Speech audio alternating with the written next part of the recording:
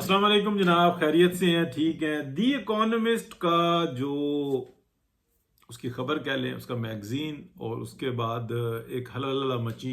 तो मैंने आपको वजाहत के साथ बताया पिछले व्लॉग में या उससे पिछले व्लॉग में बताया कि इमरान खान की जान को ख़तरा है। और ख़तरा क्या लोकली है या इंटरनेशनली है? तो मैं आपको बताऊं कि इंटरनेशनली है। ये पाकिस्तान की जो मुक्तदरा है, ये भी एक हद तक ही है। उसके बाद जो है ना, ये भी पैदल हो जाते हैं, टू बी वेरी फ्रैंक। और ये हाँ, इस बात के शौकीन है कि पाकिस्तान पे इनका कब्जा रहे, पाकिस्तान के जो मामलात हैं या पाकिस्तान से जो आसाइश इनको हासिल हैं वो कायम दायम रहें। इसके एवज उनको जो भी करना पड़े। पाकिस्तान के जो सिविलियंस हैं वो कमज़ोर हुए हैं पीपल्स पार्टी की वजह से, पीटीआई की वजह से, ऐसे ग्रोह जो तरतीब दिए हुए हैं। और जो पाकिस्तान मुस्लिम लीग नून है, जो सिविल सुप्रीमेसी के लिए जो काम कर रही है, वो दौरे हाजिर के तकाज़ों के ऐन मुताबिक कर रही है। इसके अलावा कोई हाइब्रिड प्रोग्राम के अलावा इस वक्त में कोई ऐसा काम हो नहीं सकता कि आप जंग लड़ें, सिविल सुप्रीमेसी की जंग लड़ने के काबिल छोड़ा नहीं है। अब उसमें जो बेहतरी आ रही है वो बहुत सारे तरीकों से आ रही है। इस दफ़ा में मेरा ख्याल है कि पाकिस्तान मुस्लिम लीग नून मियां मोहम्मद नवाज शरीफ की क़यादत में बेहतरीन तरीके से जंग लड़ रहे हैं। बहुत कुछ एक्सपोज होगा। वो ताकत जो जिसको एंजॉय कर रहे थे उसको लीगल कवर दे दिया गया है। ये सब कुछ ऐसा ही हुआ। और वो जो एक एजाज जो एक शख्स चाहता है, उसको देख के उसको इतना प्रोलॉन्ग कर दिया गया कि पिछले वाले जो उनसे ना, उनकी काम पर सिर्फ तवज्जो रह रही है। और या फिर अगर वो करेंगे तो फिर वो बहुत कुछ ऐसा होगा कि जो अनयूजुअल होगा। तो ये मेरा ख्याल है कि इनके अपने मामलात इनके अपने ही कोर्ट के अंदर डाल दिए गए हैं। इनसे मुराद ये है कि पाकिस्तान की इस्टेब्लिशमेंट की के मामलात पाकिस्तान की इस्टेब्लिशमेंट के कोर्ट में डाल दिए गए हैं कि तुम खुद ही अपने मामलात को तय करते फिरो। बहुत अच्छी बड़े तरीके से मियां मोहम्मद नवाज शरीफ की ये स्ट्रेटजी रही है। जब ये काम हो रहा था तो या इस तरह के काम होते थे तो मियां मोहम्मद नवाज शरीफ रोकते थे। इस दफ़ा उनके भाई हैं जिन जो उनकी जो इस्टेब्लिशमेंट की मुराद हैं तो वो दे दी गई है। और वो मुराद जो उनसी है ना, वो मुराद बराबर हो रही है। तो हो सियासत का नाम भी यही है और सियासत हो भी ऐसी रही है। अब मैं आपको जो असल मौजू है उसकी तरफ ले चलता हूँ। वो बड़ा ही अहम है। वो ये है कि पाकिस्तान ने मई में इंडिया के अगेंस्ट जंग लड़ी, जिसके बारे में मैंने आपको बार बार कहा कि जो पूरी दुनिया मरगूब हुई है वो 10 तारीख के जवाब के बाद हुई है। और 6 और 7 की रात को जो 5 6 7 8 9 तैयारे जो इंडिया के तबाह हुए, जिसके बारे में 5 की तस्दीक हुई, फिर 6वें की तस्दीक हुई, फिर 7 की, फिर 8 की। लेकिन वो इस तरीके की तस्दीक हुई है कि उसको पूरी दुनिया में चैलेंज किया जा सकता है कि ये क्राफ्ट है, ये इसका टेल नंबर है, ये इसका पायलट था, ये यहाँ से टेक ऑफ किया और इसके बाद ये मिसिंग है। और अगर ये है तो सामने खड़ा करके दिखा दें कि ये खड़ा हुआ जहाज़, ये रहा पायलट, बात ख़त्म हो गई, गिनती गिनवा दें। तो वो ऐसा इंडिया कर नहीं सकता। तो इससे ज़्यादा है क्या? तो हाँ, 9वें पर भी बात चली जाती है, 10वें पर भी बात चली जाती है। लेकिन जो तैयारे 10 की एक्शन में तबाह हुए हैं उनकी तादाद बहुत बड़ी है। और जो डैमेज हुए हैं वो भी, जो यानी कि डिस्ट्रॉय हो गए हैं, तबाह हो गए हैं, उनकी तादाद बहुत बड़ी है। जो डैमेज हुए हैं उनकी तादाद भी है, बड़ी तादाद है। और इससे ज़्यादा तैयारों से बड़ा जो उनका मामलात ख़राब हुए हैं वो भी बहुत बड़ी तादाद है। वहां से जो है ना, दुनिया ने यू टर्न लिया कि ओ हो ये तो ले दे गए। लेकिन उस दौरान मैं आपको बताऊं कि 9 की रात को कुछ ऐसा हुआ, यानी कि 9 और 10 की रात को, 9 की रात को कुछ ऐसा हुआ जिससे पूरी दुनिया ने को देखना शुरू हुआ और उनको 10 को समझ में आया कि ओहो ये हुआ क्या।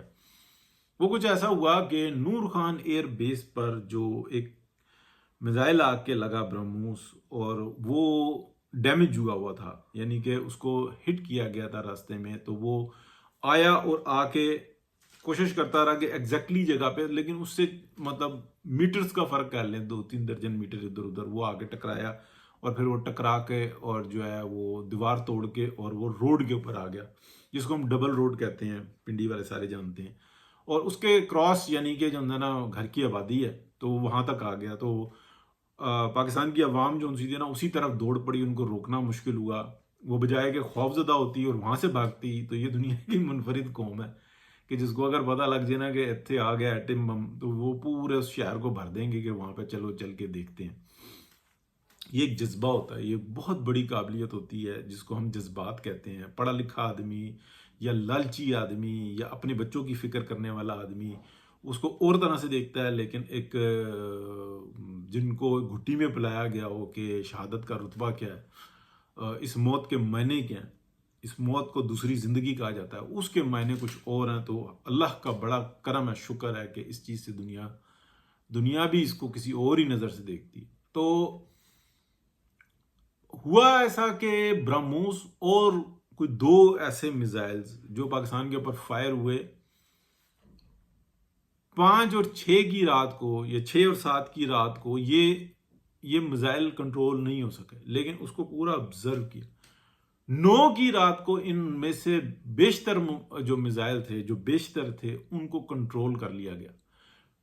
جو کچھ پاکستان کے بارڈرز کی طرف آئے ان کا رخ موڑ کے انڈیا کے اندر اچھی جگہ پر لینڈ کیا گیا کہ نقصان نہ ہو.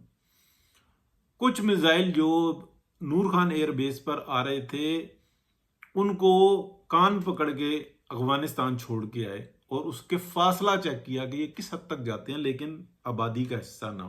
بڑا پلان طریقے سے کہ اس کی رینج چیک کریں گے کہاں تک جاتے ہیں, اس کے اندر فیول کتنا ہے, ایڈجسٹ مطلب یہ کہاں پہ ہوئے ہیں اور ہم کیا کچھ کر سکتے ہیں. تو وہاں پہ دنیا جو سی نا محتاط ہونے کا, نہ کہیں یہ نہ ہو کہ ہماری جوتیاں اور ہمارے سر ہو جائیں, یہ معاملہ کچھ اور طرف چلا گیا.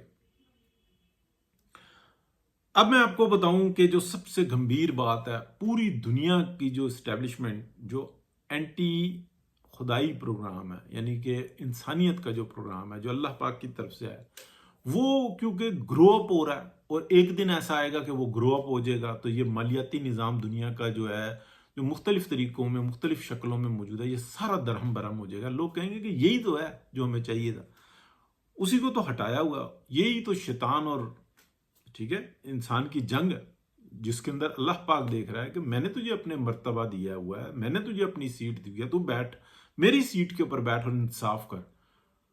تو جج کی سیٹ پہ یہاں پہ بیٹھتے ہیں اور کرتے کیا ہیں وہ ہم سب کو پتا ہے. جیسے ثاقب ناسور اور غلیظ ہے اس ٹائپ کے لوگ جو پاگل ہو جاتے ہیں, کیونکہ وہ جج کا منصب جو ان سے ہوتا ہے نا, وہ جو جج کی کرسی ہوتی ہے وہ اللہ کی کرسی ہوتی ہے جس پہ وہ روز قیامت بیٹھے گا.